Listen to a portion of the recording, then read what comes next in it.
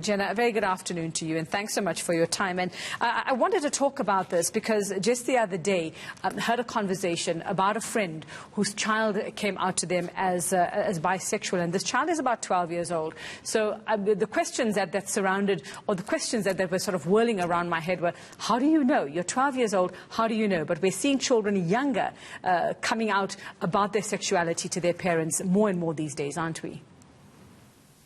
Yes, it is happening a lot more. Firstly, thank you for having me. Yeah, it is happening a lot more. The question, how do you know, is to explore and allow the process of conversation with the child. So, firstly, listen to the child. Don't, stigmatize. Don't prejudice. Don't judge.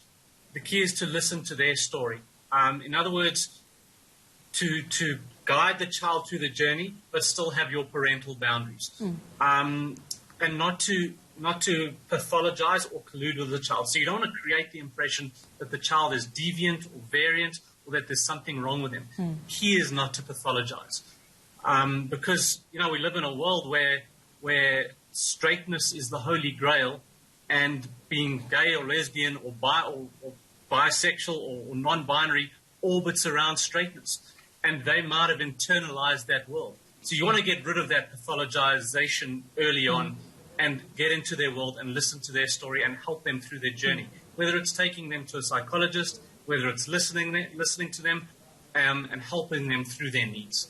Well, as a psychologist, and of course going through your own journey as you have, Jen, I mean, what would be one of the first things you would say, or do you not say anything? Do you just listen? Well, you listen first, yeah. You listen first, and then, in terms of the person listening, is to understand and educate yourself as much as possible. Then acceptance. But when I say acceptance, not us liking you is conditional. You don't want that. Acceptance meaning we're here to listen to you, we're here to support you through your journey.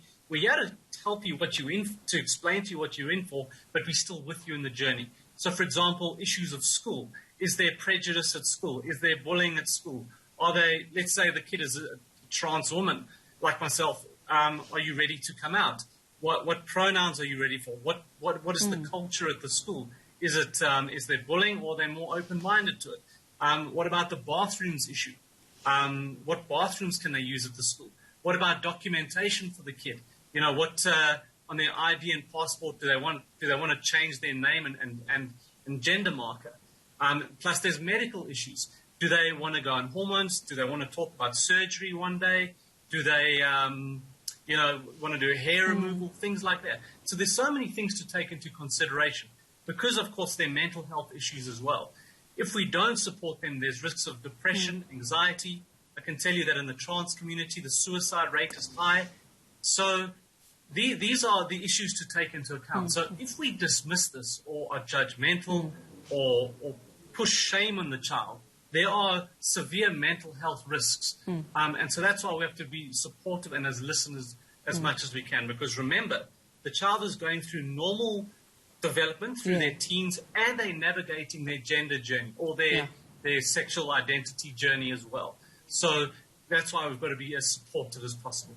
And I suppose as a parent, Jenna, also on that note, I mean, how much do you just leave it be for now? If your child is 9, 10, 11, 12, and they come to you with this sort of disclosure, and then, is it that much different from when that particular child might be 18? Then you say, okay, now I know for sure because your hormones have done their thing. We know where you are. Where it might not be that easy for a parent whose child is doing this at the age as young as 9, where you say, but your hormones haven't even started to get into action yet. What do we do with all of this at this point? Yeah, no, I understand that, and that's why the thing with being trans, for example, is that a trans woman or trans man can know as young as 4, 5, and 6. That's the thing. So there's two sides to this. On the one hand, yes, there is the challenge of puberty blockers and when do you go on hormones. So that's where medical consultation is important. But on the other hand, if you don't speak to the child and there are no conversations, there's mental health risks, such as, like I said earlier, depression, anxiety, and even a suicide risk. So never, ever leave the child be. Never. Whether it's gay, lesbian, transgender, because remember, there's bullying issues, there's fear. Remember, when you're a teenager, what's front of mind is fitting in. Will people like me? Will I get rejected? So you can never, ever leave it be. That's never going to work. Remember, you're there to support, but with boundaries. But leaving it be, remember, when they're 9, 10, 11, 12, that age, they may not be able to regulate their emotions as much as when they're 19 or 20. That's the thing. So continual support, education, educating yourself as a parent, and being with them as much as possible, and speaking to doctors in terms of what's possible, what can you do for now, and assessing where your child is at mentally. Because if they can't focus at school, if they are even cutting themselves, thinking about drinking, smoking early on, that could be because of the stress of all this. That's why you have to address it as soon as possible, whether they're 9 or 10 or 17 or 18. And Jenna, it's not as simple as just sort of, recognizing whether your child is gay or lesbian, whether they're trans as well. It's gotten so much more complicated over the past couple of years. I mean, we were looking at sort of, do we call our child a they? Are they an us? Or, is it binary, non-binary? I mean, I wouldn't even know where to begin. And I read up a lot on all of this stuff. It's particularly interesting. So what's your advice to parents out there as to how to sort of get with it, I suppose, and understand what's happening out there in this particular community? So not to give you a fright, Uveka, but misgendering or purposely misgendering your child is a suicide risk for the child, or a risk for depression. So the answer is to ask the child, how would you like me to address you? What is your preferred name? What are your preferred pronouns? So she, he, they, that kind of thing. Key is to empower the child by asking them what they want. And if the child is unsure, that's also okay. Because a lot of people in this journey, the key thing to remember, Uveka, is that this is a journey. This is not a linear process. This is a journey of discovery. It could be you're still questioning. It could be when you're already 9 years old, or you still need time. That's why you have to keep working with the person. So like I said, to parents, educate yourself, speak to psychologists as well. I'm saying also to psychologists, do training, go to schools, go to organizations and do trainings and go to media organizations as well and do training on this, because, there's a distinct difference between arrogant listening and empathic listening. And I'm asking parents to do empathic listening, not a sort of my way is the highway.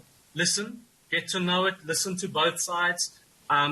Still say to the child that there are consequences involved, medical. Listen, when you just go speak to doctors and to see what you're in for. So there still needs to be boundaries, but have an open mind to this, because it's because of these medical and psychological risks if we are dismissive. So that would be my advice. Ask the child and empower the child, but still provide parental boundaries too, because they still need to learn how to regulate their emotions. So they still need the basic guidance of being a child. But listen to your child as well. It's a two-sided thing. That would be my advice. Jenna Bayer, counseling psychologist, thank you very much.